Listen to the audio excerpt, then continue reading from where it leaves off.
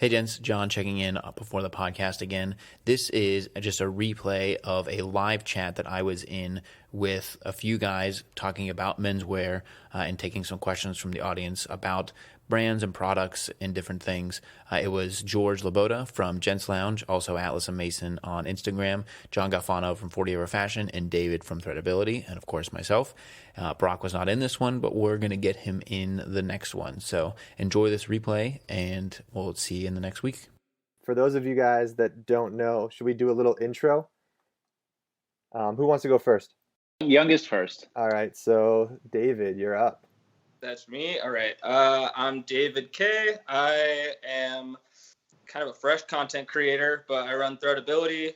So started on Instagram doing menswear and lifestyle and talking about confidence and how that mixes into how you dress and into your personal style, and kind of recently launched the YouTube channel to support that. Awesome. And I'm based in Denver. Very cool. One of the Johns? Jon Shanahan from the Kavalier. I do reviews on the best menswear out there on the internet. Started around 2015, so I feel like an elder statesman at this point. Yeah, we've been doing it a long time. And then John from 40 Over Fashion. Yeah, I'm John Galfano, and I run the website and the YouTube channel 40 Over Fashion, where I provide content that surrounds men's lifestyle for grown-ups, basically gentlemen between the ages of 35 and 65. Awesome. So Or over 40. yeah, we got everybody in here now. I got a few questions before we jumped in, so I think this is probably a good one to start with, which we all do this full time, correct? At the moment? Okay, so Yes. Kendall Williams asks, I love all the content you guys put out. I've been watching you guys for years. Menswear and style are a passion of mine, but I'm trying to find a way to make money with them. He works for Apple right now and tailors clothes on the side, but he's wondering how to make money and make men's style a full-time job. I worked at Apple for 4 years. That's some of the best experience that you can get there. I'd say enjoy your time while you have it there, but definitely chase that passion on the side.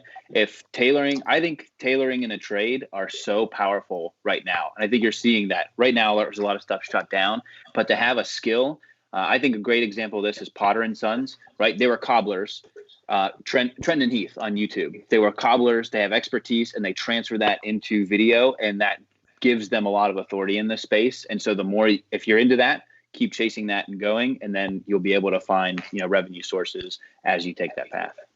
Awesome. They got pretty popular pretty quickly. I haven't looked at their channel for a little while, but I remember talking to them at Menfluential, and they were telling me about the growth that they've been seeing, which is crazy and awesome for them. Yeah. Yeah, I mean, I think, honestly, I don't know about you guys, but for me, there's no way I would have done this full-time unless I was forced into doing it. Because, I always loved fashion. It was always, a passion of mine. But I worked at Discovery Channel. I had a nice job editing TV shows, and then everything kind of fell apart. So I jumped into this full-time because it was kind of what I had to do. But if I didn't get that kick in the butt, I don't think I ever would have took the leap. So yeah, everyone says, actually someone said, John, your hair looks crazy. It suits you though. Yeah, I need a lower third so people know who I am. I'm unrecognizable right now. Oh, I got you on the lower thirds for your own screen. Yeah. Yeah, you're right. People there. recognize my picture. My James Bond guys are always back there. So yeah, guys, if you guys have any questions right now, drop them in the comments below, and we will answer them. What are you guys drinking right now? I've got I think it's a 18 Tempranillo, nothing too fancy.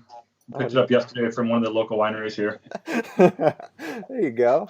Sounds way fancier than nothing fancy. I have a nice apple spice tea in my Art of Manliness mug. There you Oh, go. nice. Yeah, it's sundown here. You guys on the West Coast. It's I know we still got a I just little put light. the kids to bed.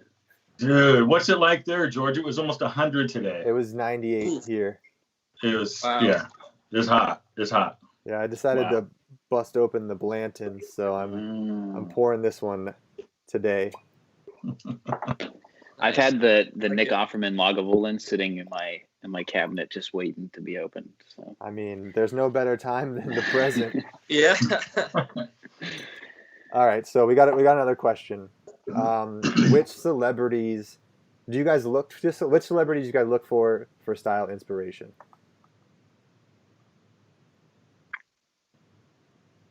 I'll go. I don't know that I really do. To be really honest, not that I'm not always, but I don't know that I necessarily look to celebrities personally. I know that I will, see an event or a red carpet, something where there are celebrities that I, do like and do watch, and I will pay attention to what they're wearing, but I don't necessarily know that I look up to anyone for inspiration. What about you guys? I don't have any specific actors or celebrities, but like Daniel Craig when he played Benoit Blanc in Knives Out, like I love his character. And so I'll look at some characters more than actors themselves, because generally actors don't have there's very few actors that actually have like great personal style. And they have great stylists. Yeah, I was just gonna Exactly. say more the stylist. I feel like when I'm looking, let's say at award season or something like that, when you're seeing everybody dressed up. So I'm kind of on the same note. I don't really look to celebrities specifically. Yeah. No, I mean, I think you like John said, movies are a great inspiration, and then kind of like red carpet styled looks are probably, but like for casual style, I think there's a lot other people that dress better casually. But I mean, Ryan Gosling has good personal style. Like I feel like that's actually him. Like I feel like he puts his looks together. He does well. But then you get guys that look great in movies, but then you see them on like street style photos, and you're like, what are you doing? Someone I never understand. I understand GQ has an obsession with Jonah Hill and the way that his street style, but I don't get it. Well, because like he wears all the hype stuff that all the hype beasts are into, so that makes sense. All right, next question: can I tuck a polo shirt in with chinos or jeans? Which belt if I do? I say yes, 100%. Yeah, it depends on the length of the polo, but of course, yeah, I'd say yes too. I think you'd also look at a casual belt. I mean, you could do like a canvas belt, like a or something belt? Casual, something woven. But you definitely still want to try and get it close to the shoes. Like if you're wearing brown belts, black. But yeah, it's something casual. Definitely. I think I tuck my polos more than I don't tuck my polos. Same. Now these days I'm more of a tucker. I used to be a total untucker, but now it really depends on like how high waisted your pants are. Yeah. Like if you have like low rise jeans, do not tuck a polo into that because it's gonna look really bad. You need like a mid rise or a high rise to kind of level everything out and elongate your legs, and then it'll fit when you tuck in the polo. So yes. Let's see. Next question. Somebody asked, or Luis asked, I probably missed this, but what was everyone's profession before doing YouTube full time? So I worked for Discovery Channel. I covered that. Yeah. David? I was a commercial contractor. I was building a casino before this. Nice. Handyman. I worked in technology. I worked at Apple for 4 years. I had a bunch of roles there, sales manager, training, and then I worked in B2B predictive analytics for retailers, which gave me the exposure in the retail industry to basically how a product went from sketches to being sold in stores in the supply chain. That's dope. Yeah. And I was a photographer for probably close to 10 years before this. And a race car driver. Boy, way back when I worked, show my age here. I worked before I started doing photography full time.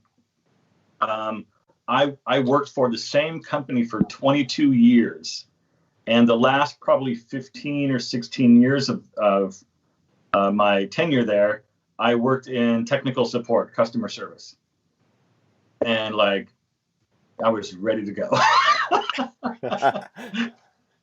I was ready to go. Yeah, but it's crazy because I ended up working myself into a position where, so I'm not going to take up all the bandwidth, but my father had passed away back then.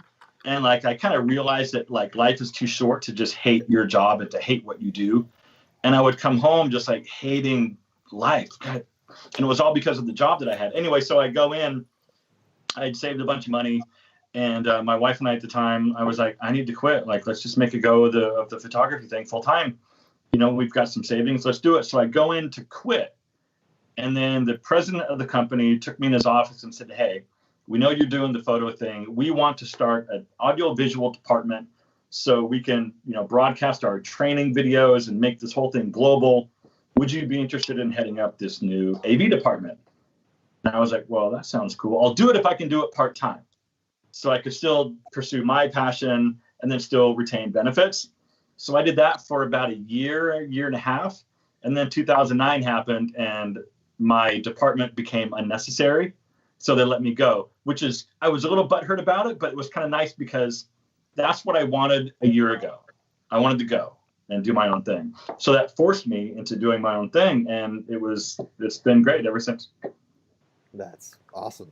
Let's see. Another question from Andrew. What would you guys recommend for a young man in his early 20s suit-wise? Like what's a good suit? Probably more affordable for someone, not making crazy amounts of money, I would imagine. Like what's the best first suit? You could try and thrift. Yeah. I know that's always talked about. You can try and thrift and then go to our Tailor over there who can make it fit really well. Like I would say one of the best places to start with a made to measure suit if you want to get that first made to measure. I mean, I know George talks a lot about Indochino. It's like they're really tough to beat for the price, and you're going to get a way better fit with a lot less hassle than trying to thrift for it. Yeah, I mean, you can still get a little bit of you can find especially if you're kind of like a skinnier shape. Like I feel like it's easier to thrift things when you don't have much shape to your body because then the tailor can just take things in. But like when you have to start letting things out and expanding and taking in and letting things out, it gets a little hairy that way, which is why like I always recommend Indochino because no matter what shape you are, you're going to get a great fitting suit for $2.99. Like they always have a sale where there's suits for $2.99. And if you go to places like H&M or Top Man, you're still going to pay end up paying like $250, $200 for a suit, and then you're going to have to do $40 worth of tailoring to make it fit well. So for $50 more, it seems like a no-brainer. I've never seen a fast fashion. I've never seen a fast fashion suit like that really look great. No, it's all about price. Indochino is probably the best place to really start in there. But yeah, it should be navy or charcoal and a nice notched lapel, and you'll be looking sharp. Yeah, not too skinny, not too wide, just a nice middle of the road. You had pretty good luck, George, with the JCPenney stuff. Yeah, a while ago. I mean, JCPenney seems to fit my body type very, very well. I did a blog post. This is probably going back 7 or 8 years. I did a blog post where I bought the J. Farrar suit from JCPenney. I mean, not good fabric and not amazing construction. It had the whole batwing thing, the low armholes. Yeah. But I think I paid like $149 for both pieces, and I think I spent $60 in tailoring. Yeah. And the whole blog post was, how to make a really affordable suit, $150 suit look like a $2,000 suit kind of thing. And it's make it fit. That's the only thing that matters. Yeah. And don't lift coming out of this current retail environment, Macy's and JCPenney are going to have some hella deals. Yeah. So it could be the time to snap some up. I mean, Barney's and Neiman Marcus just filed for bankruptcy, so I'm reading a comment here. I'm stealing Bobby Reed's comment. He just said that I haven't heard that. Wow. Yeah, he just asked how could retail possibly survive this. I mean, this was all coming. I actually wrote a video on this like a year ago, and I haven't really done it yet. But I've done videos where I talked about J. Crew and Nordstrom. They're really in trouble. J. Crew before this had $3 billion in debt, and just they could not really get over there. And so a lot of specialty retail that we know, just like Gap and Banana Republic and J. Crew and all these mall brands, they're gonna have a lot of trouble getting out of this. Express, same thing. It's like any of these brands that were out in all the malls, they're going to owe rent, employees. It's going to look very different going forward. Oh, definitely. All right.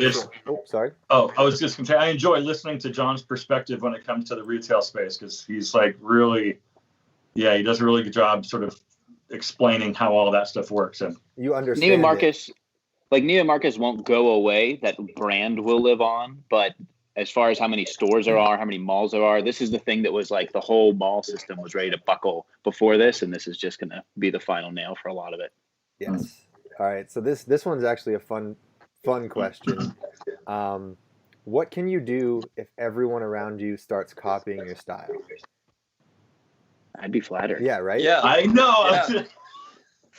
But I'd be pretty flattered. But I feel like as the person that you are, you want to be the person that stands out, that finds the next thing. If you're like the cutting edge of fashion for your friends, you have to keep pushing the envelope, right?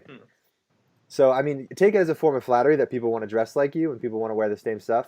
And chances are, if you know what you're doing, I'd say you're probably wearing it better than they are. Just because you're wearing the same things doesn't mean they're wearing it the same way that you're wearing it. And there's different ways to like we could all wear a blue blazer tomorrow, and I guarantee we'd all look different. So don't look too much into it. I would be flattered if my friends start trying to dress more like me. Absolutely. Anybody else got a take on that? Have you like, I know some people that like I've asked people like, where'd you get that? And they're like, oh, don't worry about it. Like they won't, it makes me so mad when people won't tell me where they got stuff. Cause I'm like, that's sick. Like, it's not like I'm going to go buy it tomorrow, but also maybe like that store might have something else that I'd like. Sharing is caring. Yeah, I agree. First, it's flattery. I don't know necessarily that you need to do the next thing now. Like, okay, well, everyone caught up to me. Now I need to do this to like be a little more bold, and then they'll catch up to me and I need to do another trendy kind of a thing. But George makes a great point. Like maybe you're wearing it better. They might be wearing the same thing, but maybe you still, like the three of you walk in a room together, you're all kind of wearing similar stuff, but the way you carry yourself and the way that you wear your items might just make you look 10 times better. Yeah. I can't say that I've had somebody like one of my friends exactly copy my style, but flattery, absolutely. If they're taking recommendations and buying the same shirt, I'm stoked.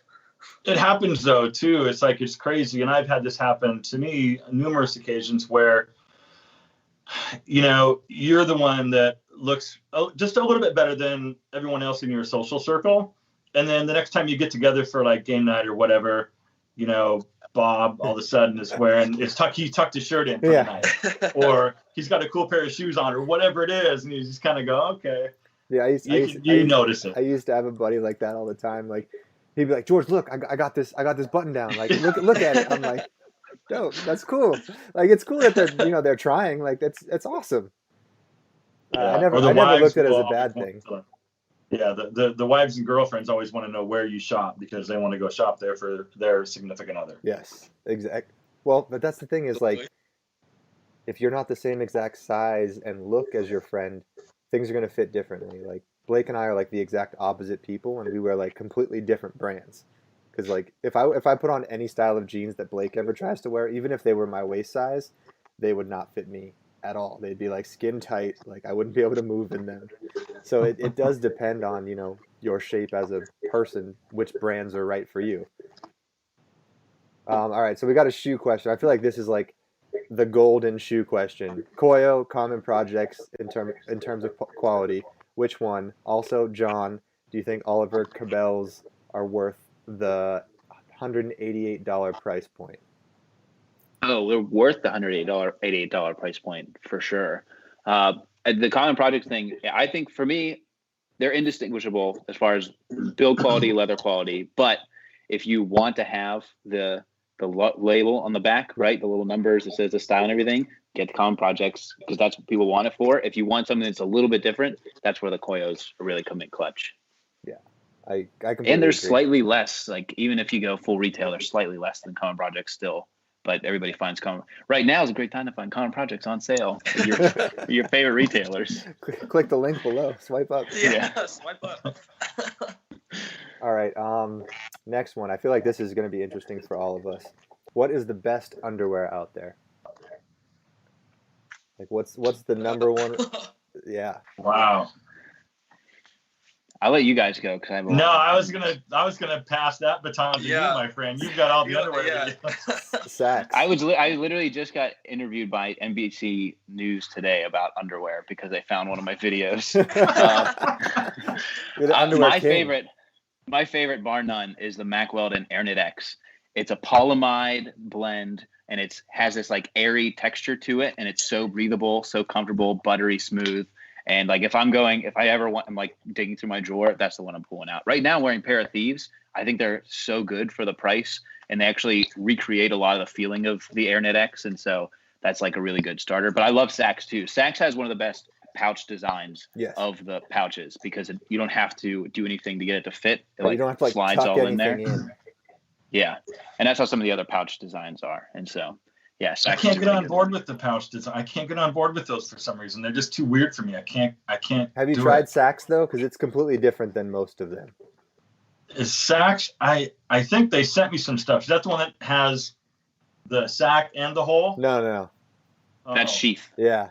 Oh, So okay. Saks just kind of like cradles it on the side. Like if this is your balls, it's just like the other one's like you got to be like in there.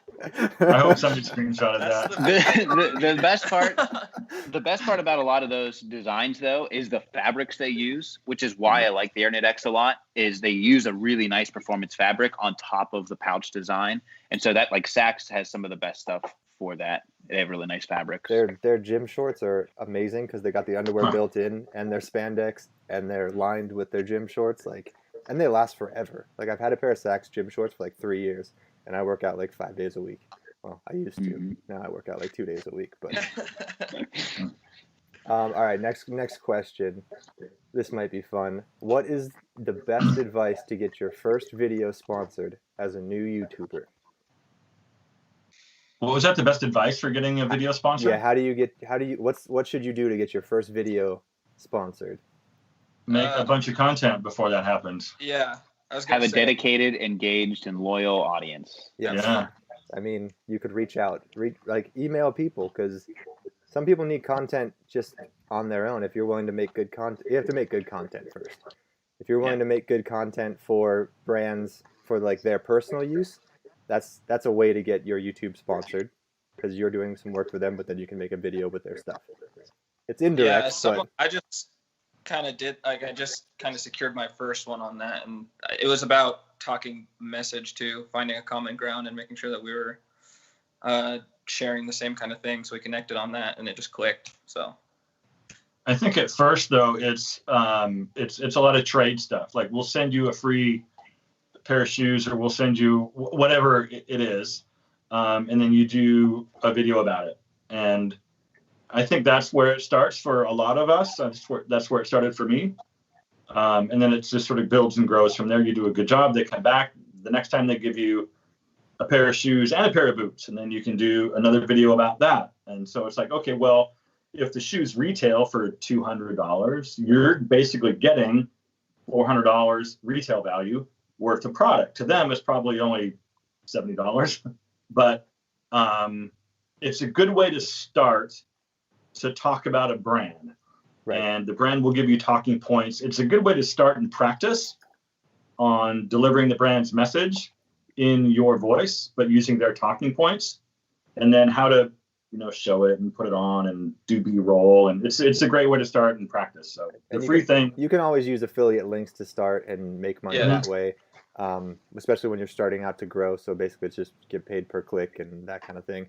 But yeah, at least if you can reach out to brands and say you'd love to feature their boots, and sometimes giving a free t-shirt or a free pair of jeans is not that big of a deal for a bigger brand that, if you're putting out great content, it's very easy to make that. Like if I had a brand, I'd make that call. Like, sure, I'll send you a pair of shoes. Yeah, I would say I also started featuring them before we had deals too. So if I already had their stuff, or it's brands that I liked anyway. Right. Show love because you actually like the brand, not because they want to sponsor you. All right, so people want the recommendations from us. Recommendations for a good fitting denim jacket. Some can look too short. Okay, is it just good to try on and see? I'll take this one because I wear the crap out of that Hudson denim jacket. I think what you're referring to is how like a denim jacket is cut. Like they're cut short. So if you're the type of guy that doesn't wear his pants at his waist or has like a little sag in his drawers, I would definitely, it's going to look a little weird because most denim jackets fall like right above your waistline. That's just how they're cut. The sleeves are longer and then the waist of the jacket is shorter. But yeah, I would definitely go to, go to a mall and try on like 6 or 7 different denim jackets, look in the mirror, take a photo, and then you can even order 6 online and send 5 back. Like I'd buy a few, and then because return policies are easy these days, I'd recommend getting a couple, trying them on at home for a couple days, and then seeing what you like, what looks good in the mirror. Ask people for opinions, but that's what I got. There's actually there's a company, Woody's, that just launched custom, like made-to-measure denim jackets for like just over $100. I got one. They did a Kickstarter, but I got one that's Sherpa lined. It's a trucker design, Sherpa lined. Yeah. And for me, I'm 6'4" with long arms, and so it's the first denim jacket for me that fits my arms, fits my torso. It's slim, and so that is coming. And so Okay. I think they're on their site by now. I think you can see that, Woody's.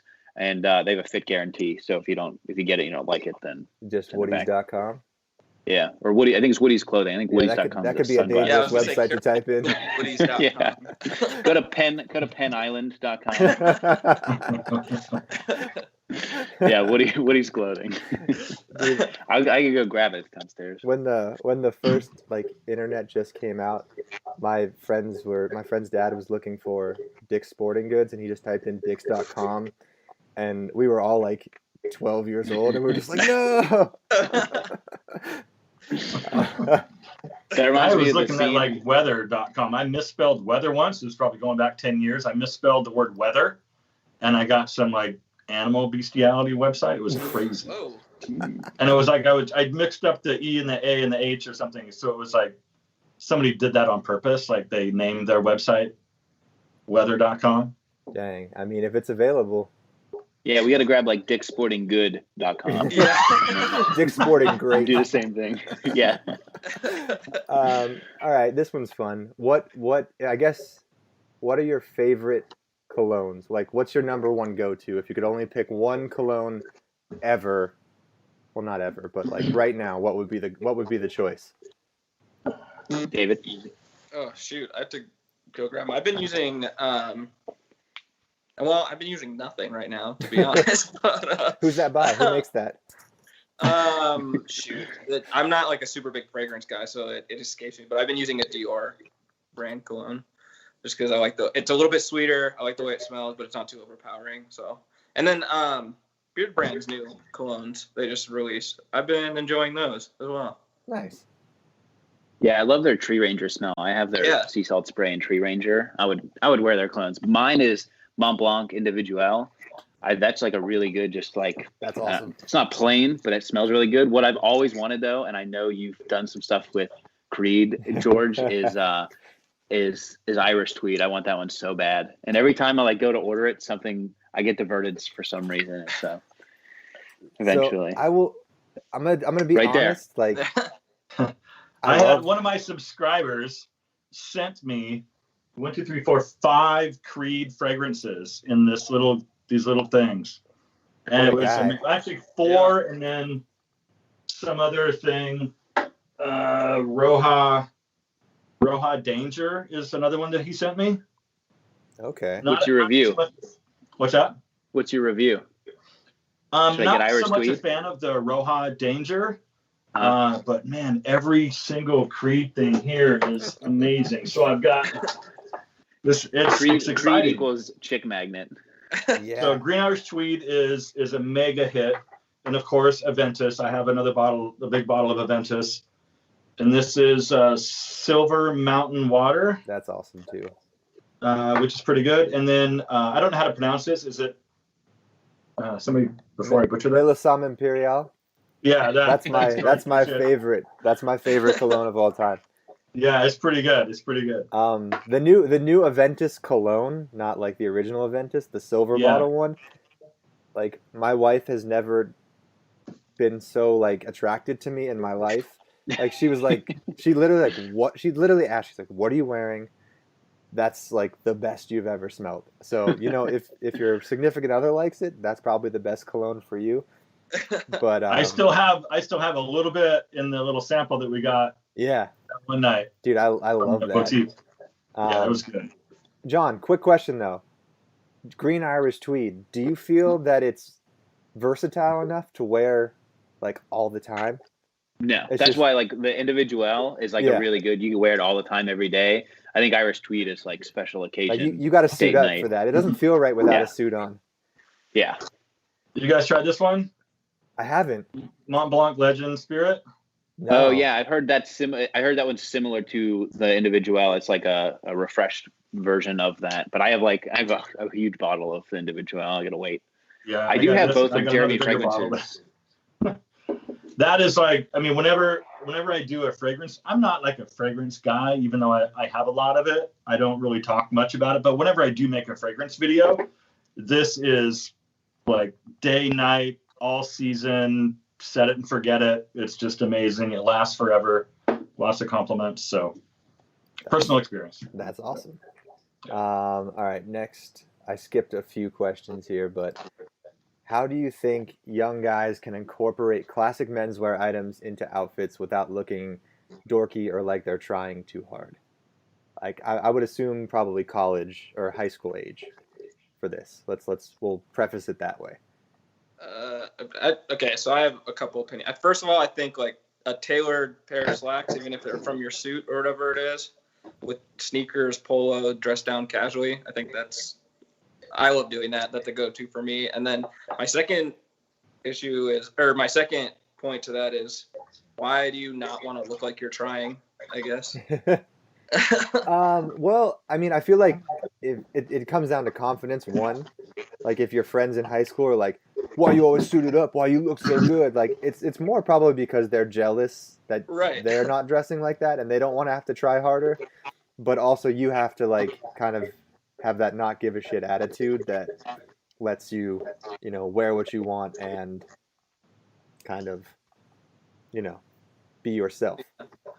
Yeah, absolutely. I just like, if you're putting some effort in, I don't think there's any shame in putting some effort in or looking like you're putting effort in. I feel like I'll probably say this like 30 times before we're done with this live, but if your clothes fit, you're gonna be fine. Just make sure Right. they're like if you have a blazer and like trousers on, but your pants are too wide, your pants are too long, your blazer's like a size too big, then you look dorky. You don't necessarily, just because you're wearing a blazer and you have menswear items on doesn't mean that like you still might get made fun of because of that, because of the fit. So like fit is the most important thing on earth. Yeah, I'd say that was my biggest mistake when I started down this road. Like I had pictures from high school where I was supposed to have been dressed up for like, we had a game, right? You had to like dress up. Yeah. And I just looked bad Do you play hockey? because I was wearing, no, it's a swimmer. And You guys had to lacrosse. dress up? Jeez. Yeah, we had to dress up for Yeah. hockey games. We didn't Oh, have yeah. to dress up for swim meets. That's rough. Oh yeah. No, and so I remember like I would feel bad wearing what I had because it didn't fit, and that was probably my biggest mistake Right, so there. you even knew it didn't fit, but you just had to wear it because I didn't know it didn't fit. I just knew it felt wrong, Mm. and I looked, and it didn't look right, and Yeah. it was like and I could see now in the pictures it didn't fit right, but my mom didn't care. Well, I mean, I remember I went to Express to get like a graduation suit for 8th grade or high school or something, and they were fitting me for the suit, and they're like, okay, the sleeve should come down to this first knuckle of your thumb, and I was wearing like a 42 long when I was like 165 pounds, and like I wear a 42 regular right now, and I'm like 40 pounds heavier. So I remember my first homecoming I went to, I got my suit pants tailored, so like I had like a half break when I sat down. Like I would sit down and my pants would still touch my shoes. Like they were so long. But I mean, it was a different era. Like if you look at all the even like NBA draft guys from the 90s and early 2000s, they were just massive, like huge suits. Are we all watching The Last Dance on ESPN? I need to start it. I have it queued. Start it. Speaking of the fashion of that era, I'm man, quarantined MJ with my wife, so like I gotta carve out some free time. I think she would. I mean, she's a '90s kid, right? Yeah. I think she would be into it. She's It's a lot of Sacramento it's way Kings more, fan though. It's way more cultural, though. I mean, it does get into some of the games, but it's way more about the culture of the '90s and how Jordan was prominent in there. I think you might get her hooked. Okay. Well, we'll give it. I mean, I got it queued up, so Yeah, have John Seller on it. That just sold me. we can have But a watch speaking of the party. fashion of that time, like you have MJ in like this double-breasted. It looked so bad now. I'm sure back then it was amazing. But if you look at some of the style those Bulls are coming in on in the '90s, it's rough. Yeah. All right. So, another quick question: do any of you guys shine your own shoes? If so, how often? Yeah, I have the Kirby Allison like starter kit. It came with like every bottle of Saphir and Renovator that I could. I try to do it at least before I wear the shoe. I'll like take 5 or 6 minutes and like just shine it. But I haven't done like a full sit down and shine. I actually just got shoes back from the Elegant Oxford from Preston. I sent some shoes out to him. I think if you don't have the gear, send it to somebody. Take it to a tailor. Take it to a shoe shine. Like have it done in a really nice way, and then just have some sort of light polish that you can put on every time you wear them, because you still want them to look clean. Yeah, I have that kind of like oiled brush that you can just kind of like brush over your shoes. So like every time I pull something out of the closet or the box, I'll wipe it down. But I don't ever do a full. I've honestly never learned how to do like a full shoe shine. I wish we lived in New York so I could just like sit on a subway and just like get it done. But like there's nobody in LA unless you take it to like a shoe guy or a tailor or something like that, which there's plenty. You can find it if you Google it, and they'll probably all do a phenomenal job. I think a lot of people just, one, probably don't spend enough money on their shoes, so they're like, once the sole wears down or they look dirty, I only spent 75, 90 Throw it bucks away. on them. I'll just get another one. Which, if you spend $400, $500 on a pair of shoes, you probably want to get those resold and keep them looking nice for a few more years than the $50, $75 ones. Yeah, Elegant Oxford on YouTube. He makes amazing shoe polish. He'll tell you everything. And he'll shine them for you if you send them to him? Oh yeah, you can send them to him too. Yeah, he does great tutorials. Yeah. Speaking of way of make money with your hobby. Yeah. Mm-hmm. This one's fun. We got a lot of shoe questions. Any tips on keeping the white midsoles clean? Like how do you? That's the toughest thing ever. I've got a few, but anybody else? Jason Mark, is that the brand? Yeah, the cleaning brand. Yeah. I have that, and it works really, really well. Yeah, Jason Mark, Crep. Crep. Yeah, I have that one. That's good. They have the wipes, but also like a Magic Arm eraser. & Hammer magic eraser. Yeah. Yeah, Like I was gonna say. Yeah, Mr. Clean. Oh, it's Clean Mr. you right Clean. up. Yeah. Yeah. Even like before Clorox wipes were a hot commodity to come by, I'd bust out one of those occasionally. Yeah, I mean, if you really want to get into it, you can do like baking soda and a toothbrush, but you got to be very careful depending on what is on the upper part of that sole, that you don't get it on that, but it'll do pretty well. But yeah, My 3-year-old daughter has white Crocs. We hit that thing with a magic eraser. They're white as could be. See, I mean, that was like, I think everyone's biggest like fear of buying white shoes back in the day was because once you scuffed them, they're like, oh, they're done, they're dirty. Because like I remember my dad's like mowing the lawn shoes that just had that green ring. Oh, totally. I have a pair like that. I'd be curious to see what Jason Mark could do to a pair of those. That'd be a good before and after thumbnail. There you go. Dude, I'll take my I find Koyos. frustrating- I'll get my Koyos out and turn them into my lawn shoes for this summer. I wore a pair of Vans to like a concert, and they just got destroyed. Like they were like straight black. And I cleaned them with Jason Mark, and they looked straight up brand new, which was amazing. So, Jason Mark. All right. My buddy Miguel, who does all of our cocktail content on Gents Lounge, he asked what we were all drinking today. So, I got Blanton's bourbon. I think John is drinking Rabbit Hole whiskey. Or David. Sorry, David's got the Rabbit Hole. Yeah, John's got the light 2018 Temper Neo, and then other John has spiced apple cider tea. This is an apple tea. Tea. Bone apple tea. But I have that same Blanton's. I've had tea. some down there. Yeah. If we stay on long enough, I'll just get the whole bottle down. So we'll see. I mean, That sounds like a challenge that I'm willing to take on. we'll Keep see. the questions coming. We'll see Yeah, what that's we all can we do. need. We were on for a while the other night with Brett. We went for a little. We went Yeah, for a while. I drank like 3/4 of that whiskey bottle.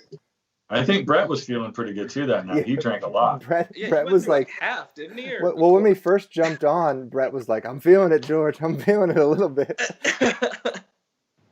Yeah, then we even went for another like couple hours after that. He was pretty pie-eyed by the end of the thing.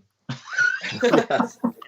All right, guys. So this question is from me. I asked David this on his live session the other day. But when people look at your YouTube channels or Instagrams, like, what do you hope they get from it versus what do you think they get from it? Because I've had so many comments that like come at me like I'm this like guy that's unapproachable, like you could never talk to me, you could never come up and like say hi to me, and I feel like I don't mean to give off that impression, but it somehow happens, which I hate because I'm trying to fix that. Like, I wish everyone would just DM me and leave a comment because I'm down to talk to pretty much everybody. I'll jump on that one just really quick because I am sort of in the process of exploring that and evaluating that. I think that I would hope anyway, and this is the message that I get back from a lot of people is I'm likable and approachable and relatable on YouTube, but on Instagram I'm not. So I don't know the message because you can't hear me talk on Instagram unless you watch a story or something. But then if you miss the story, the really good one, it's gone if you missed it. So I don't know how to do that with a still image, or if you just like consistently put out, video stories like every single day on Instagram. But I mean, what do you guys think? Because I'm looking at that right now. Yeah, it's more IGTVs. It's definitely tough to have your personality come off with like a super polished photo of you in a suit, like walking around sipping wine, you know? Yeah, you look pompous. Yeah. Not that you don't like the wine or look good in the suit. Say embrace it. Yeah. Embrace the pomp. Embrace the pomp. Embrace the pomp. That's the new hashtag. Pomp it up. No, I think for me, I think most people see my underwear because it's like the #1 video on my channel, which it's like it's a pretty good summation of it. But I think I do get that. I had no idea when I put that video up, but no, I get a lot of DMs and like emails from guys that say I helped them with stuff. So I think like they dig through the videos and just see that I just put out a lot of videos and just try and put out as helpful stuff as I can. I'm a fan. Yeah, Thanks. for sure. Thanks. Yeah, on mine, I'd say, because I started on the Instagram side of things, so it's taken me a little bit of while to figure out what the right message is or how to convey my personality. So, like, my captions end up being, like, short stories, basically. But I think that's how I get my humor across and, like, my point across. So, for me, I'm trying to build a community over there. So that's hopefully it's approachable. And I just want people to view it like I'm just your friend that you can come to for whatever advice. Your local fashion guy. Yeah. How much did it change though? How much did it change though after you did a face reveal? Because I remember finding you when you didn't show your face, and that was a huge change for you. Yeah, I think there was a little bit of a surprise once the face actually came out on the gram. But I don't know that I necessarily saw a change. I think the messages stopped being like, when are you going to show your face? Or what do you look like? But I remember your message after that. I'd be like, yeah, I was definitely expecting an Uggo. And I was like, yeah, happy to disappoint. I still don't know why some people don't put their face on Instagram. I mean, there's some pretty big pages that don't. For me, it was like a personal, like, confidence, fear of judgment thing. Like, if you know what I look like, then like you can say whatever you want, right? Which you can anyway. I don't know. It's a head game thing. What can I say? Well, the Mensch started the same way. The Mensch didn't do his face for I think 7 or 8 months. Yeah. Yeah. It was just a comfort level. Yeah, I mean, I feel like we started with our faces out there, so. I went right to video. I skipped nothing. Yeah, well, the day Gents Lounge launched its Instagram, we dropped like 3 videos the same exact day. So we were all in to start with, and then it's just been going ever since. I always tell people that, even if you watch our channels and you look at our pages and maybe, you can't afford what we're promoting, because sometimes like things get a little outrageous with like $900 leather jackets and that kind of stuff. But use that as inspiration to put your own outfits together. Like, I would never tell anybody to buy, like, I can recommend tons of brands that are great. I can tell you like 4 or 5 shoe brands like Koyo and Common Projects that are essentially the exact same shoe, but it's what you want, you know? Like, what do you want to show off? Like, what your personality has to do with. Because if you're the type of guy that wants to flex the numbers on the classic project or the Common Projects heel, you buy Common Projects. But if you want to be that kind of guy that buys the underground, like, oh, no one's ever heard of this kind of thing, you pick up the Koyos. And then if you want to be the guy that's like looking boss on a budget, you pick up New Republic. Like, there's shoes for every type of guy. And, you know, just because we recommend white sneakers doesn't mean you have to buy those exact white sneakers. Sorry, tangent. That was good. Good point. Yeah. What's up from Seattle? We got Seattle in the building. Let's see. Yeah, so here we go. We got another question. Going back to college as a PhD student, what do you recommend for a student to wear so he looks older? Oh, like, what do you recommend so he looks older and not like an undergraduate student? So how do you dress up? Fitted clothing. Yeah. I feel like the current college like uniform is those like mid-calf crew socks in white with some sort of like hype sneaker, shorts, and like whatever shirt there is. I think like a fitted blazer and some chinos. I think you're gonna look like an adult. Yeah, I think it's really simple. Tailoring your clothes. That first part just described basically all of CU's campus color. Yeah.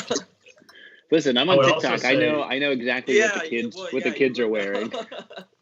Are you in your underwear on TikTok too? Subdue the pattern. Like small pattern like this is pretty out there, but it's like one of the tech fabric things because it was 100 degrees today. But I would say like subtle patterns if you want to wear patterns, but dark solids look a little more mysterious and a little bit more expensive, therefore a little bit more mature maybe. So I would suggest subduing patterns and not going with like a big giant bold crazy pattern. Maybe not mixing so many wild colors, like keeping your palette more neutral helps elevate. I always say dark solids. I always suggest to at least my audience anyway, dark solids.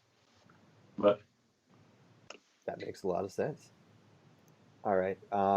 Best way to find a good tailor when your friends don't have recommendations. Yeah. How do you find your tailor? How did you find your tailor? Google. Yeah. Yeah. I looked for the first 5-star review. And it worked, and he's good. Oh yeah. Now we're good relationship.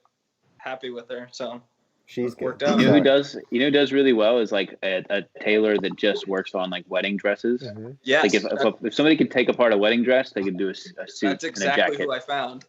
Yeah, that's who mine is the same way. Yeah. I got some guy in downtown LA that like is just like a hole in the wall building, but he does great work and it's very, very inexpensive. I feel like when you're in a community that has more competition, the tailoring prices go down, and when you're in like the suburbs, when there's like one tailor per town, your prices get like jacked way the hell up. Right. Yeah. You can also, a lot of dry cleaners will have recommendations for tailors. Either they will take your clothes and do the tailoring, or they'll have somebody that they can recommend. That makes perfect sense. John, is your first guy on Google just great? Sorry. Me? Yes. John with an H. Sorry. So yes and no. There is someone local. I don't have a ton of things tailored presently, but there is one place that I go to here in town, and they always do a great job. When I was in Seattle last year, I had spent, I think, $200 to have 4 pair of trousers, 2 trousers and 2 chinos tailored, and they had great reviews. Everyone was loving them. I had them do 1 pair to test them, and they did a good job. So I'm like, okay, we'll do this to all 4, and they were horrible. They didn't come out the same. they tried to fix the chinos. I don't know. I'm kind of one that's like, if you screw it up, like I'll ask, maybe can you try to redo it? Yeah. But if you still can't, I'm just out and never going to come back. I'm not going to blast you or anything, but I'm not going to go crazy trying to make you fix it. I will suggest, do you think we could maybe lengthen this or shorten this or whatever they did wrong? I think that these were too short. Yeah. And I wanted them lengthened. And they gave me a little bit of trouble because the seam that they had pressed, I was like, okay, well, can you just do it? Can I come back in a couple of days and can we just try? Okay. And then it was almost like they were put out by me asking them to fix it. So they probably don't get many people that are as stylish as you. Yeah, maybe they didn't quite understand what I wanted. That's the other thing. You have to be willing to tell them what you want and not let them tell you what they want to do. Yeah. And then take one pair of chinos or one shirt that maybe doesn't matter. Test garment is a great idea. Yeah, I was just going to say, you got to start with one before you go all in. Just have them dart it, have them shorten it, or do something simple, and then you can sort of build a relationship from there. But yeah, those guys just wasn't super happy. But I've got someone here that's pretty good. Okay, so I got another tailoring question. What was the worst tailoring experience you've had that was your fault? Like, you looking back now, you're like, wow, I shouldn't have tailored something like that. I thrifted a double-breasted jacket when I was in college because I needed a suit jacket, and it was way too big. And they were like, this is going to cost a lot of money. And I was like, I don't care, just do it. I love the jacket. And they completely destroyed. No, it was just like I got it at Goodwill for like $30, and they completely destroyed it. And I was like, well, that was my fault. Yeah. Were you trying to take it? It was probably it was short. It was probably like a 40, probably like a 46 or something. And I was like wearing it, and I was like, guys, you can fix this. And they were like, we can't do that. And I ended up having to pay for this, all the time they put into it, because I was back and back. And you make that mistake only once. I mean, I think my biggest mistake was with tailoring pants. Like, I made everything one too tight and then too short. Like, things were you could almost see my calf in some of the pants that I had tailored early on, because I was like, no break at all. Like, I never want anything to break in my pants. And then one time I got to the point where I tailored it, I tailored the ankle so tight that I couldn't even get my foot through the pants. And I was too embarrassed to take it back to the tailor, because I was like, well, this sucks. You asked for it. Yeah. So yeah, those were my biggest mistakes, was definitely tailoring the pants too tight and too short. That's funny. Yeah, I think back in high school I was in this little club, and we had to have a uniform, which is basically a sport coat and pants, but everybody chose a specific style of pant, and it was some type from JCPenney or something, but they only the size was a 38 waist, which is a lot bigger. So we tried to take those down, and they definitely looked like I was wearing a diaper most of the time, but it was fine. Live and learn. I mean, yeah. Hey, but that's the thing about tailoring is tailor your cheap stuff first before you make these mistakes with your expensive stuff. Or do it yourself if you're not afraid of a sewing machine. I mean, that's a whole other. I'm not saying I'm there, but there's a guy, and I had him on my channel on YouTube, Stylish Dad or Stylish Corral. Yeah. Stylish Dad. Yeah. Yeah, he does really good tutorials, and he's a cool guy on how to do your own stuff and how not to be afraid of a sewing machine. So. I mean, I tailored a few pairs of pants for when I used to valet cars, and I just ran a sewing machine just at an angle down the thing, and honestly, it didn't look that bad for a pair of black Dickies type chinos. It worked. It had a little drop crotch-esque to it, but yeah, I wouldn't trust myself with a pair of suit pants or something with some flow to it. But something that has a thick structure, like denim or something with some stretch, you can pretty much get away with trying it yourself if you didn't spend too much money on it. I used to do it with all my dress shirts. I would run a seam up here to tighten up the body. But I didn't even go as far as darts. I just tightened the seam right here. And it ended up working for a lot of them. I still have some of the shirts. Now they're a little bit too tight, but that was my first time. I was just, same thing, just run it right up the side and tighten it up. Eyeball They're too tight because you're getting all swole now, John. I had to get rid of all of them. I had to get rid of all my pants. None of them fit anymore. Actually, okay, so this question is super fun. What changes in trends are you seeing regarding how a suit should fit from even 2 years ago? Like, what were we wearing 2 years ago that we're not wearing now? Go ahead. Anybody else? I feel like I'm wearing the same stuff, but like when it's, you know, like I feel like everything got really, really skinny like 5 years ago, and then things are starting to kind of ease their way out right now. But I think now they're kind of getting bigger. Like it's a more relaxed fit now. So I think we're going to see a little opening up into more relaxed fits and more, still tailored, but like more like carrot fit pants and that kind of stuff versus just like the slim fit suit with wide lapels kind of thing. So a little less tailored, or not, it's still tailored, but you know, just wider. Yeah.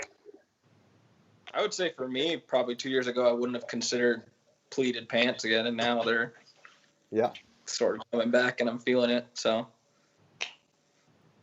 yeah, definitely more drape. Yeah, I'd say it went from being slim to having some drape to everything. And I find that in my own stuff. It's like I want to have a little bit more room, and I'm not as I think the first couple of custom suits I had like a 1.5 inch lapel, and now I'm kind of like, give me a 3, give me a 3.5. Yeah. Like give me a little bit bigger. Plus, I'm also learning more about my own proportions. It's like I don't need to have that super slim. You know, it helps to have a little bit more room in these things. That's a lot of it too, I think, is like, you know, depending on your body shape and how wide your shoulders are. You know, I'm a fairly small guy. It's like, you know, George is a broader shoulder guy. John's getting swole, so he's getting all big now. And so like, so you guys can have a little wider lapel, whereas obviously a skinnier lapel is going to look a little weird on you guys. But I've got a couple of, oh gosh, who is it? Oh geez, I just had it. The brand Top Man. Mm-hmm. I have 2 Top Man suits, and I bought these suits. Don't laugh. I bought these suits for a specific reason. I have a pink suit, and I've got this gray crazy pattern kind of a thing. I've worn each of them once for the specific event that I bought them for. Very skinny. You know, like skinny lapel, super like way too slim fit. And so I think the difference, like George was saying, is the trend went really, really skinny, and now it's loosening back up. Mm-hmm. But I mean, I'll also say that I think any style of suit can fit the majority of any style of body type if you get the width of your tie right and like the height of your collar and where your shirt meets the lapels, because it's all about proportions in the end. So if your tie and your shirt and your suit work together, then it's going to be a little bit more okay than if you had like tiny lapels and a giant tie, or huge lapels and a tiny tie. So it's definitely like I've been kind of teetering with this on like people really focusing on face shape too much. Like, oh, I only have a square face, but like, if you grew a beard or like increase the volume of your hair, wouldn't your face change from a square to an oval at that point? Like, could you change your face shape based on facial hair and like hairstyle? Clearly, I have. Yeah. So like that's what I'm saying is like, just because with a shaved head you have like a square face doesn't mean you can't fix that to wear a certain type of sunglass, or like it's what you're working with at the time that defines what your face shape is. Sorry, I digressed again. Sorry, It's the Blantons. Eric has been commenting here. He's a longtime follower, but when creating new content, do you focus on getting new followers or keeping old followers? That's a good question. You can't say you don't think about the followers, because that's rude. I don't know that I even think about that. I'm just creating new content. Yeah. I mean, yeah, it's nice to gain followers if you put out content that appeals to a new audience. But honestly, I don't think about it. I think about creating content on the regular. I mean, right now I'm taking a little bit of a break on YouTube. But no, I'm trying to create content that my demographic umbrella can hopefully relate to. That's all I'm worried about for me. Yeah, I would say when I'm creating content, I'm not thinking about the growth that's going to come out of this photo or this video that I'm going to post. But yeah, rather if the content's valuable is what I'm thinking of. So I'd say I'm on Jon's page there. Yeah, I'm still trying to make the videos that I want to watch, so it's more for me. Exactly. Yeah. All right. Another question though: Do you ever consider remaking like older videos because Yes. you think you can do them better now? 100%. Okay. Yeah, I have old blog posts because I had a website and a blog for 6 years before I started making videos. I started making videos to help drive traffic to my website, and then it sort of flopped. But yeah, I've got a bunch of old content on my website that I would love to make into new videos. I think they would do well, and I think that they're still relevant topics even today. Okay, so Eric just followed up this question. He asked because it all seems the same after a while for a longtime subscriber. Like, I mean, how many 5 shoes to wear this summer can we get? Look, I get it. I'll jump on that really quick. So at least for me, and I would say the majority of the YouTube community that puts out content, we're putting out content that is searchable now, right? We want to be discovered. We want to grow and all of that. And so it is like spring is here. Like how to wear this for spring, floral patterns for spring, shoes for spring, shorts for spring. So everyone's kind of doing the same thing, but everyone's putting their own kind of spin on it. And it's all what's relevant now, I think. And trends change, so we have to Yeah. put out 5 shoes for summer every summer because the 5 shoes are different. Sometimes they're the same, but sometimes they're different.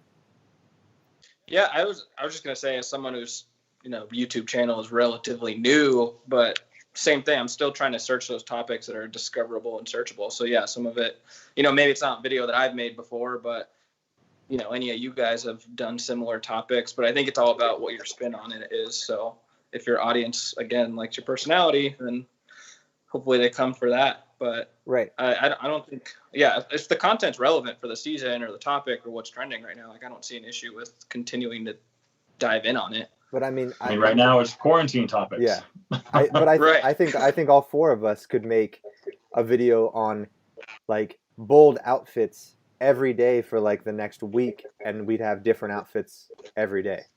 Like bold outfits are bold outfits, but what was bold last summer might not be bold this summer. Like there's some things that change a little bit, fits change a little bit, and I think with most of our channels we try to focus on classic styling, things that'll last you a long time. We don't really focus on trends too much. Like we may touch on them and mention them, but we're never like you have to wear a fanny pack on your front like a purse. And we're not street style. Yeah. Tomorrow. What are you talking about? I mean, I've tried it. It's comfortable. Like I can have all my stuff right here, which is nice, and I don't have to put stuff in my pockets. But it's just not a great look. All right, so let's see what else we got. Someone asked. I found it. This one would be fun. Quick question: Vans or Converse? Ready, go. Vans. Converse. Oh. What? Shot down. All right, so now the real question. Obviously, Chuck Taylor's for Converse, yes? Yeah. Okay. Yeah. What Vans? I just like the classic skate silhouette. I don't even know what the name for it is. Where it's just single color. You got the stripe. What is the Authentics? The Authentic. Is that the one that has like the lace up? It's like three eyelets, and it's like a kind of like a Ked essentially with a thicker sole. Yeah. That's so my classic skate shoe. I like the one with the low profile sole. Yeah. Those one, like the thick white sole, I'm not as big of a fan of. The like low profile ones. Isn't that the women's version? No, it is not, sir. It's I have unisex. two. I can go grab them. They're gray and black. What size They're shoe do low you wear? Those ones are like 10.5, 11s, I think. That's a women's 9. They make women's shoes that big? Yeah. No, Apparently. because honestly, like, I totally agree with you. Like, I like those shoes better too, and I tried to buy them, but they didn't make them big enough in my size. Well, that's back when you had to like go scope out like Zoomies and places like that. That's true. I was at PacSun searching for low profile Vans. Yeah, they're literally on my shoe rack right now. No, and even if they were women's shoes, it's still okay. Dude, like, okay, so that's another topic. I wouldn't go as far as like guys wearing like dresses and whatnot, but like, do you think men can wear women's clothing? Because every time I go to a Lacoste like showroom tour and like see what they're coming out for the next season, I pick up a pair of something and I'm like, are these men's? And they're like, nope. And I'm like, like what? It fits. I know, like they had this dope overcoat that like I put on because it was like oversized for women, so it fit me, and I was like, this is sick. And they're like, that's a lady's coat, and I was like, I don't give a shit. But I mean, what do you guys think about that? Like, do you think there's like a certain gender for it? For clothing? If it fits well and it looks good, like why not? I mean, I think you're worried about like you're gonna be walking around like Michael Scott in the office with everybody pointing out like wearing a women's It's a power blazer. suit. It's a power suit. Because the button's buttoned the wrong There's no way? pockets. There's no pockets on the back.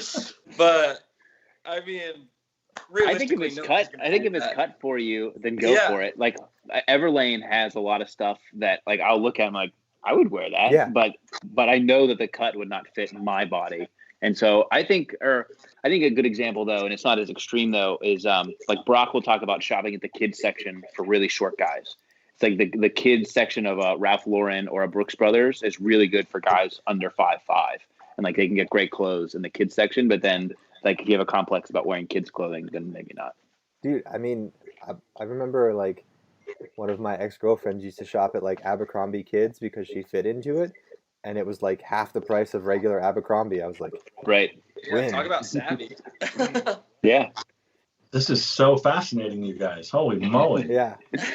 Actually, dude, I used to wear girl pants. Like before skinny jeans were a thing, Oh, yeah. like I wore girl pants. Like I was an emo kid, like punk rock. So I had American Eagle girl pants, like 4 different pairs, because they didn't make skinny jeans. And granted, they were super, super low rise at the time. So thankfully, men came around to skinny jeans, and I didn't realize you could tailor things when I was in high school. But yeah, I think the only female item of clothing that I've ever, it was probably 2 or 3 years ago. My shoe size is 9.5. So all of the no-show socks at that point were one size fits all, which basically means they're a size 13. Okay, and it always slip off the back of my foot. So I was at DSW and I saw some women's no-show or like the really low no-show socks. And I'm like, let me try them because they're smaller. And they were great. Until I found like what I'm wearing now. I'm a fan of Stance no-show socks, but like they stayed on my foot perfectly. They didn't slide off. They weren't too big. But otherwise, this is a fascinating There were some of the comments on my no-show video last year. They were like, dude, you didn't shop in the women's section. Like, they've got it figured out. And I was like, okay. Yeah, it's like that. If you're a 9.5, I mean, now like they have, no-show socks do come in different sizes.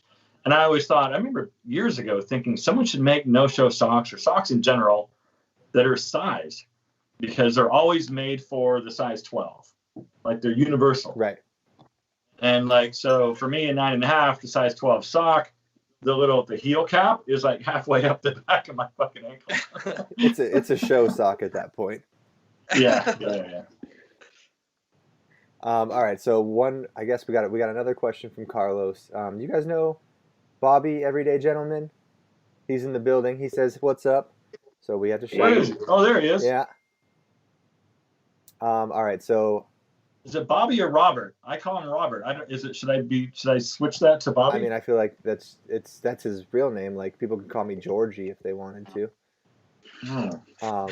Okay. But no, I think I'll have to have a conversation on with his him. Instagram, it's Bobby Nax. Like it's Bobby. Yeah. So I call him Bobby. But then he introduces himself as Robert, so that's also on his videos is Robert. Yeah. So that's. Oh yeah. Okay. So next question. This one might be harder than we think it's going to be, but top 5 dress shoe brands, like off the top of your head, no thinking, just what comes to mind. 5. John, go. Yeah. John, listen, I got this new pair of Carminas right here that I'm really excited about. But I guess if it's like budget, or for me, like I spent time at Edmonds, and I feel like they cover most guys. They cover the most amount of sizing. They have classic styles. They have newer sneakers. And Edmonds to me is one of like the gold standards because it's a great shoe at a great price. Carmina, I have a pair of their shell cordovans that I really like. And that's like, if you want really nice shoes, Carmina, it's really tough to beat. I think Blake McKay makes some of the best dressed shoes for the price. I do caveat that with they have a line at DSW that's not as well made as the one that's online, so you have to like watch where you get them from. They have a China-made one and an Italian-made one. Yeah, you got to watch the prices on those because that'll reveal where they are made. So Blake McKay is really good, and then I think any of these custom shoe companies are really cool to try out. And I know Taft is a big one for you guys as well, and Taft makes some really like unique looking shoes. But companies like Undandy or Idris, like you can make your own whatever shoe you want, whatever color, and that's cool to experiment with. And so I'd say that would cover you for pretty much every style and design you're looking for. What's in the box?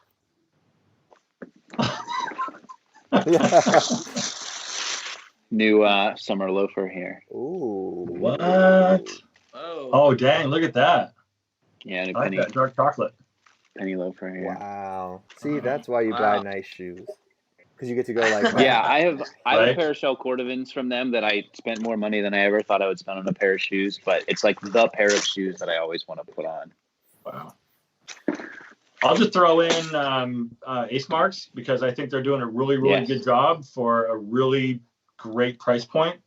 I think that they could be charging more for, I don't know how many pairs of shoes I have from them now, but I think they're doing they're doing a great job. They just are. Sorry, I missed the answer for this. My wife wanted me to grab her a beer, so I had to do some work real quick.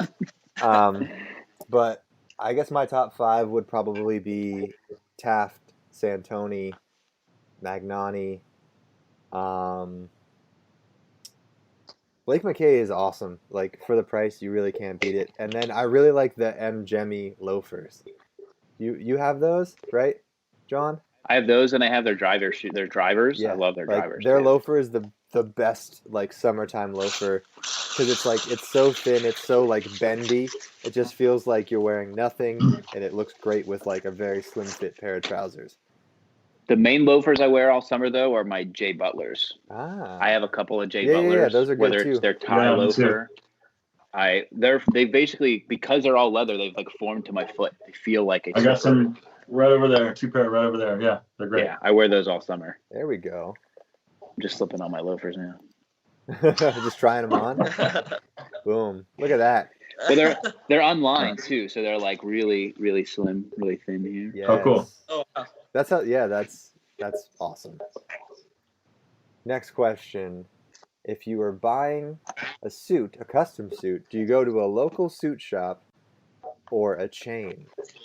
Which one would you most likely to go to?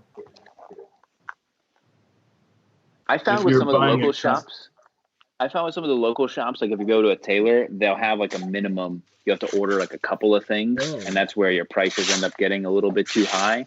But it's definitely, I think if you can go to a physical place, that's the best experience you can get.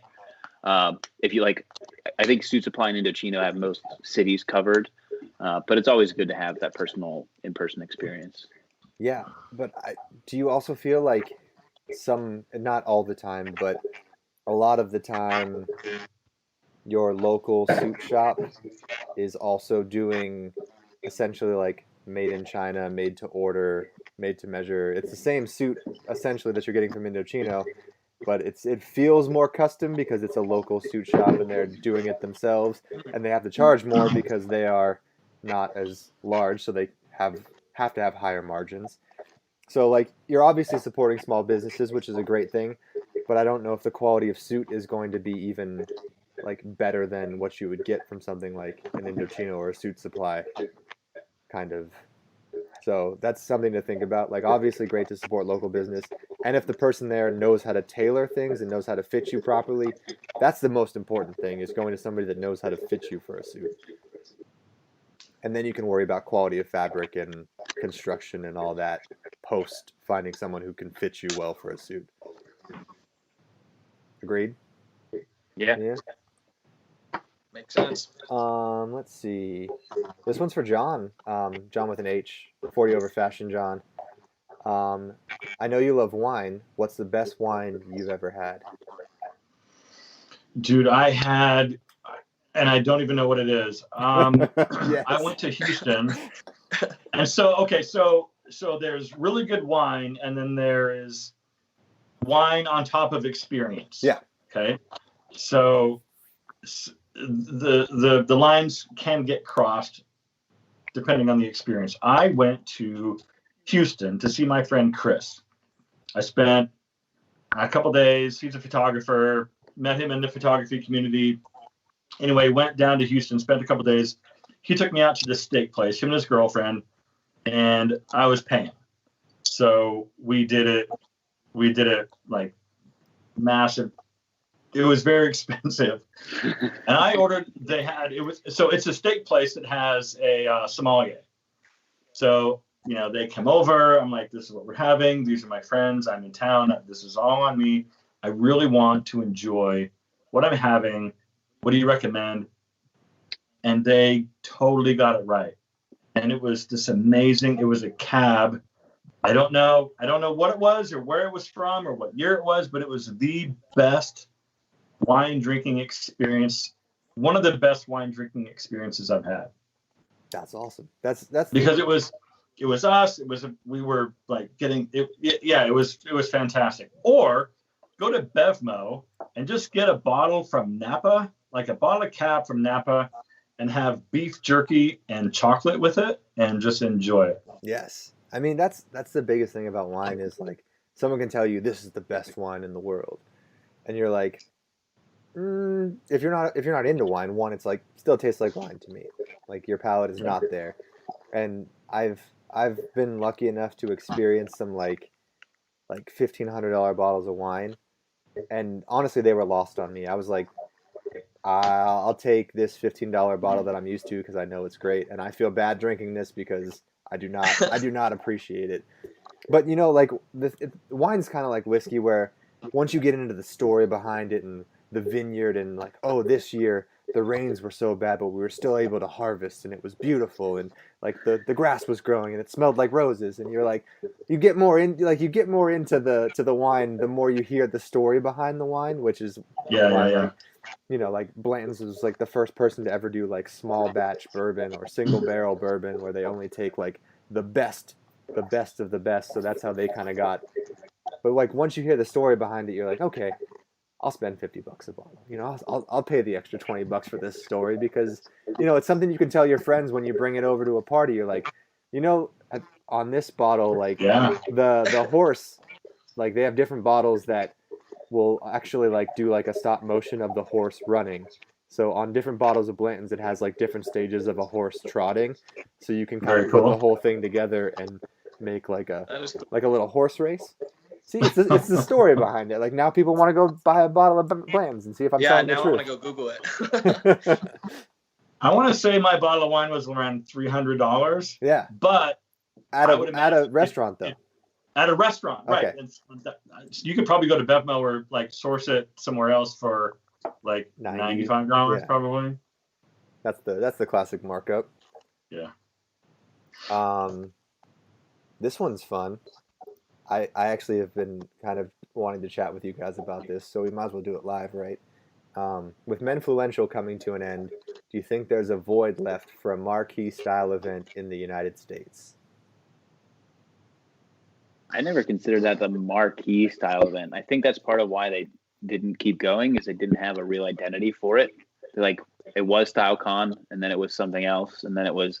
I think to open up the fashion weeks more, like New York Fashion Week, or like I know they do a Denver Fashion Week. I'm sure they do stuff in LA. It's awful. But yeah, I don't know. I don't know it will ever get the pity Womo of the U.S. It's like, I don't think that's a priority here, and I think we're so spread. It's like the only place you do it would be New York or L.A. You could do Miami. Well, yeah. Miami's too hot, but Italy's hot in the summer. Italy is not Miami hot. Italy is not swamp Miami hot. That's true, dude. But like, I honestly I think we could do it. I think we could do it in LA, and I think we could get, a couple thousand people to come out. Like, because Pity Uomo is also like a trade show. So do we? Yeah. Like, it's really like how you structure the event, which I'm not going to go into the details on here, but like to get a bunch of menswear dudes to suit up for a weekend and like, hang out. That's easy enough to do if you get a few sponsors on board to, sponsor some stuff with ticket prices. You get a shirt or a custom suit or something, like, easy. But like, what's the goal of the event? Because like Menfluential was cool because you actually got some business advice, but it wasn't. And in the end, it wasn't even like really style focused. It was like 50% style, other percent just like networking and figuring life out, which is great. But if you're just interested in style and whatnot, what do you do? Like, I feel like we could put a 3-day conference together where we could get some sponsors involved and have some fun, but it's just structuring the event to do it well. I've actually put some thought into this actually, and I do think that there's an audience for it. I think that people would attend, providing that there's something of value, not just going to Peacock, right? Right. There's got to be something, whether it's influencer related, or I'm trying to start a blog, or I think that Menfluential did have a lot going for it in terms of having YouTube famous people there that you could talk to and you can ask questions. Like, they were approachable. But what if you want to start a clothing brand, or what if there's another aspect of the fashion industry that you're into? Maybe there wasn't much at Menfluential for you at that point. But I feel like the question is there a void? I think there always has been a void. I don't think anyone's really tapped into it completely yet. And I don't know what that looks like, but I mean, I've thought about it. Yeah. I don't know. I mean, hey, if you guys want to brainstorm it together, we can figure out how to get a little menswear event going once a year in LA, and then we'll build it, and it'll be twice a year, and then we'll go worldwide, and we'll take over the world, and it'll be awesome. Mr. Worldwide. Between you and me and everybody watching, I thought about approaching Aaron and Antonio to just take it over or buy it. Right. But it just never happened, and I didn't. Yeah, I'm not ready for it. So. Yeah, because I mean, like, we'll talk about this off camera, because Okay. I'm gonna. They did say though that they would still do twice a year meetups on the coast. They would do Correct. a New York meetup and then a West Coast meetup. So Yeah. they still are planning to do something. They just don't want to have the 3-day structure, get everybody there, organize a ton of stuff. They want to be able to go to a place, say, hey, we're going to be here if you want to come meet us, and then go from there. So they're still going to do some sort of event. Yeah. That's perfect. Yeah, which is cool. We can have like our conference around the same time. There you Right. go. They're the kickoff. Yeah, we'll yeah, right. They're the kickoff party on Friday, and then Yeah, the if you want to pre-party. stay for the rest of it, because that's the thing is to, like, if you make it something like a New York Fashion Week where you have little sub events at like different venues. If it's all like downtown LA or all downtown, even Colorado, wherever, you get like a few different breweries to sponsor different style events, and you have like your casual style, your menswear style, maybe like a whiskey tasting, a cigar event. Yeah. People can go to what they want to, and then they can come back for like something at the end of the night or a dinner or whatever. Yeah, I think that's how you address the different events for if you're starting a brand versus if you're starting a blog versus right, like little breakup groups. Yeah. That didn't sound right, but yeah. Let's see. Come to Denver. We got a good convention center. Yeah. Although it's about to go under construction, so. Someone just asked what's wrong with peacocking. I just saw that. I don't mind it, like, but it like if your outfit's peacocking, like you really can't be. You have to be like the nicest guy ever, you know. Like you got to balance everything out. That's like half of Pity Womo is just a bunch of dudes peacocking. Yeah. Yeah, there's videos dedicated to just the peacocks at Pity Womo. And then it's like wearing ridiculous stuff for the sake of wearing ridiculous stuff. And To be photographed. Yeah. Yeah. And it only works in that situation. It doesn't, like, you couldn't wear that to the office. You couldn't wear it on a date. You'd look like such a weirdo. Yeah. But like at Pity Womo on that little ledge, it fits. It works. It makes sense. But like that's the thing about everyday style versus like runway style and red carpet style. It's totally different. I think people look at like red carpet fashion and they're like, I want to wear a tux with sparkles on it, and like you can't wear that every day. You can't wear that to like a wedding, or it's like a one-time deal. They wear it because it's like an event, like the biggest event of their lives for most people. So you got to show out for that. But like you can't wear a sparkly blazer on a regular basis, realistically, unless you're that type of person. More power to you. You are. Yeah, sure. I mean, go for it. But there's like 2% of the population that can pull off a sparkly blazer every day. All right, next question. How do you avoid succumbing to a shopping addiction while building a wardrobe? That's a good question. Setting a budget. Yes. Okay. You got to set like a real budget and some goals. Like, what do you want to build? I did this with ties. I think I had 125 ties at one point. Jeez. I just like kept buying them, and like I was like going to the thrift store and I was buying on eBay, and then the tie bar, I was like one of their best customers for a couple of years. And now like I wear 3 or 4 ties that are really nice, and it's like that's one of the things that I now through my videos I'm trying to say, look, back off. Here's how you build a collection really thoughtfully. But you have to set like a budget, because I definitely, when I first started my corporate job, I was like, all right, I'm just gonna buy whatever I need, and you can go overboard. Yeah, I mean, I think that's the thing about like when you chase trends, it's hard to build like a consistent wardrobe that's gonna last 5 to 10 years. Like if you were buying 2-inch ties 5 years ago, now you don't wear probably any of those ties because they're too thin. So if you're always like, you know, 3-inch notch lapel, 2.5-inch tie, you're gonna be fine always and forever, and your ties are gonna look really good. So I think it's more of like kind of an age thing, because if you buy like 3 ties a year, by the time you're 60, you're gonna have 90 ties. So, or I guess if you start at 30, but yeah. But yeah, like build your collection kind of slowly. You don't need to go to a mall and just buy your wardrobe in one day. I think that's what a lot of guys think. They need to like re-up and make a wardrobe with one shopping experience. And I think it really helps to, I guess, build it over, like get a great pair of jeans, then get an Oxford. Then slowly piece your collection around what's in your closet. So knowing what's in your closet is very important. But then after that, you can pick little sparks of fun every now and then. Get a wild tie, get a wild shirt, but keep your core collection kind of neutral and fitted. I'd also say look at holes in your wardrobe.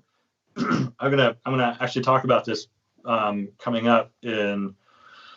Look at holes in your wardrobe. Like, what do you need? Not what do you want, but like, I mean, yes, like what we want is very cool. But if you're asking about how to avoid succumbing to the shopping addiction, where do you have holes in your wardrobe? Is it short sleeve button downs? Is it denim? then just focus on maybe getting like 2 pair of denim to fill that hole, or 1 or 2 pair or like 1 or 2 short sleeve button downs to fill that hole. Then you don't need to go crazy, right? If you've got a ton of button down dress shirts, like you're pretty good there. I don't think you really need anything more. But if you have a hole in your chino game, or if you have a lot of dark chinos and you really don't have a whole lot of light colored chinos, and you need maybe a light blue and a light tan, that's just 2 pair of chinos. That's really all you would need then at that point. So kind of keep it simple. That's great advice. Yeah, I was gonna say the same thing. I'm with that. I know. Have you met me? I mean, come on.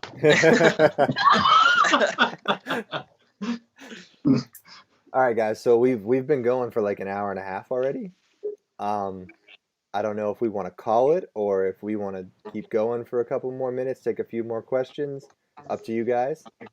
The sun is set here. Why don't we do like, is there any rapid fire final questions? Rapid fire final questions. Not that have been asked in the comments, but I guess we could make some up. Who makes the polo you're wearing, John? This is Jon Henrik. This is merino wool. Yeah, that's fire. With a little zipper. Yeah, it looks nice. Yeah. They make good stuff. I like their stuff. Yeah. We're supposed to do something with them very, very soon. But let's see. Yeah, me too. Yeah, right? Supposedly. We'll figure it out. I was supposed to do something with them a month and a half ago. John Henrik, if you're watching. No, it's like it's nothing against them. It's like the supply chain is the problem. Their stuff is manufactured in Italy. Italy had a crisis, which hurt supply chain. So, yeah, nothing against them at all. Like I'm a huge fan of Jon Henrik. So, Yes. yeah. The fashion apparel industry sales are down 80%. So. I mean, they're hurting. Every brand sweatpants is everybody, up. Yeah, everybody. Bourbon is up. Sweatpants, yeah. Sweatpants, alcohol, and skincare is all up. Yeah. And Nintendo Switches too. You can't find those. Oh yeah, they're sold out. I'm thinking about getting an Xbox. Do you guys play Xbox? I have a PS4. I'm there, man. Okay. Let me know when you do. You got Xbox. You got PS4. John, you gaming at all? No, I've got no. What you just look at? I've got a new computer game that I'm testing out for a potential brand deal. So we'll sort of see how that works out. I want to play in the worst way American Truck Simulator, but I know that if I install that on my iMac, I will lose. I will tank my entire life. I watch videos of that on YouTube, and I know my own personality. I would play so much of American Truck Simulator. Do you remember when like flight simulators were like a huge thing? Yes. Were you on that? Oh yeah. You're still on I bought not now. But I used to have the rig, right? I had the thing. I had all the inputs, and I had the headset, and I'm very into that. Dude, I want the Formula One chair that like moves around and like you sit in it and there's like 8 screens in front of you. We covered that the guy that made that when we did the Discovery Channel show. So I got to drive in one of those, and like I legitimately got whiplash because I like wrecked the car so hard. It shook me. But that's how actual races are being done right now. Yeah, yeah. They're using the simulators. IndyCar's doing stuff. Yeah, but it's so much safer. Like I honestly got caught one day watching, like Formula whatever, like Gran Turismo, someone playing online, and I watched like 2 hours of that race because I was like, this is so exciting because you're not worrying about like anybody dying. People are making like really crazy moves, and then like there's like a judge that takes over and like tells you, oh, you bumped you, so you get 2 seconds off your time, and it was crazy. That's cool. I was really into Formula E was doing stuff, and they put everything on YouTube. I was really into watching Formula E. It was all electric F1 cars. It's interesting because they don't put new tires on and put gas in it. They change cars. They get out of the car and they go to a new car. It's charged up, ready to go. They get in a new car. I know. I mean, that's helpful, I guess, because if something breaks on the car, you got your new car to figure it out, right? It's crazy. All right, so last I don't think I've ever question. seen Formula E. Last question before we go. How are we keeping our hairstyles on point during quarantine? Self haircut. Got a video coming very soon. Wow. And I mean, if you call any of if you call this on point, it is not. Yeah, if you call this is incorrect. I'm about to buzz it all off. I'm really sick of it. Dude, I don't know, John. I don't know. It looks kind of good. Yeah. Yeah, John, I think you need to rethink. I think you need to do something with it and keep the length. It looks really freaking cool. Yeah. I do. I mean, I trimmed all this. I saw you did a video on trimming your beard. Yeah. Like, I keep my neckline. I've done that, but I haven't really. My barber actually texted me and was like, "Hey, do you want me to open the shop and like do something for you?" I should have taken him up on it a couple weeks ago. Wow, don't do it. Don't. Dude, yeah, I think maybe like trim it, but I think you should do something with keeping the length. It looks, it's cool. I like it. It's a good look. So I legitimately parted my hair the opposite way. Like look at how long it is over here. Like this is not supposed to be like this. But I noticed that when you turned your head that way. I'm trying this new thing where I think I get more volume if I go this way. So I'll just have my barber like clean up this side if I can grow this side out long enough to stay normal. So I might have long hair by the end this is over. Dude, that's what I'm trying to bring back, like all the Disney high school villains and the Disney original. The middle part. The middle part, just going for it. Did anyone ever look good with a middle part? Not that you don't look good with it, but like. Oh yeah, I know what you just said. Watch Brink. Yeah. Watch Brink. Did you see those my guys. TikTok video? There's some gold in I did not see. Oh, I did see the TikTok video because you posted on your story. Yes. Yeah. I mean, it's pretty accurate. Oh, jeez, John.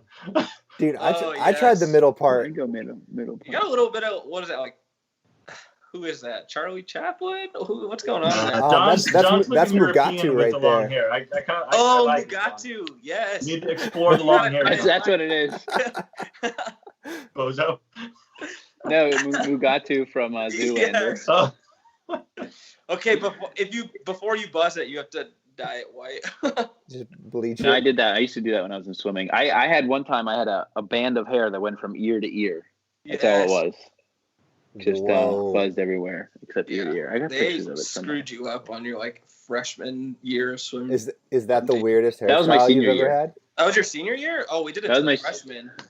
No, I did that to myself. Okay, so what's the weirdest hairstyle you ever had? Yeah, a single band of hair, a mohawk that went from ear to ear. It was it was like spiked. So like if you had headphones on, blonde. it just covered it up? Yes, it was blonde and it was ear to ear. Yeah, I got pictures of it. Bleach it, of course. Yeah, I had the like the flying V. They did that to me. Like where it's just like it's terrible. I've done the like full undercut where it cut like just like slick it back. That was bad. Had a bowl cut. I've had it all, man. I had a lot of terrible hairstyles. I had a bowl cut like 3rd grade, 4th grade. I made sure I shaved it up so like this like just the bowl just grew from like the middle of my head. I had like that shitty like faux hawk Euro mullet like soccer player vibe. Like I had a good 3 inches in the back here. Yeah, you were a hockey player. You had to have had a mullet at some point. I didn't have a mullet, but I had hair down to like my shoulders. Like I had some sick flow.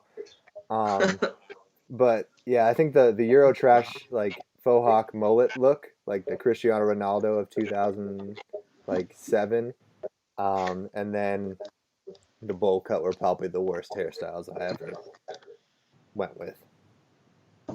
John, 40 over fashion. You got a worst. You saw I put a story up, a shot of me at like 14 or 15 years old when I had like hair down to here.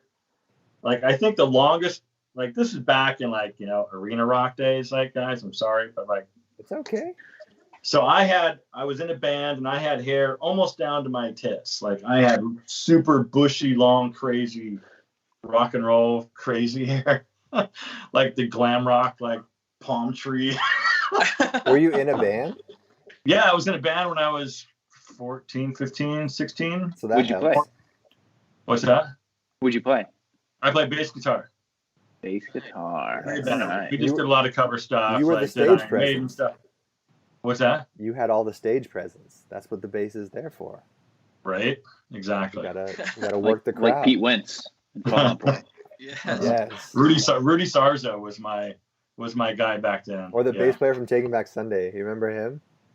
Mm-hmm. Or no, wait, the bass player from Newfound Glory was like that huge dude. Oh, damn. I was literally listening to Newfound Glory this week. Dude, I've I been get my on best work done with early 2000s alt rock. just pop punk. Yeah. Yes. All right, guys. Dude, we so- were tripping out today. We had Alexa playing pop hits, and it was everything on TikTok. Yeah, TikTok's It's like it's controlling it for sure. everything on TikTok. Like, I know that song. Like, what's I know the that whole? song. Well, I don't I didn't understand know that this. song had more What the words. fuck is This means that you're nervous and shy when you do this. And then there's this, and then This used to be like what you shot a paper football through.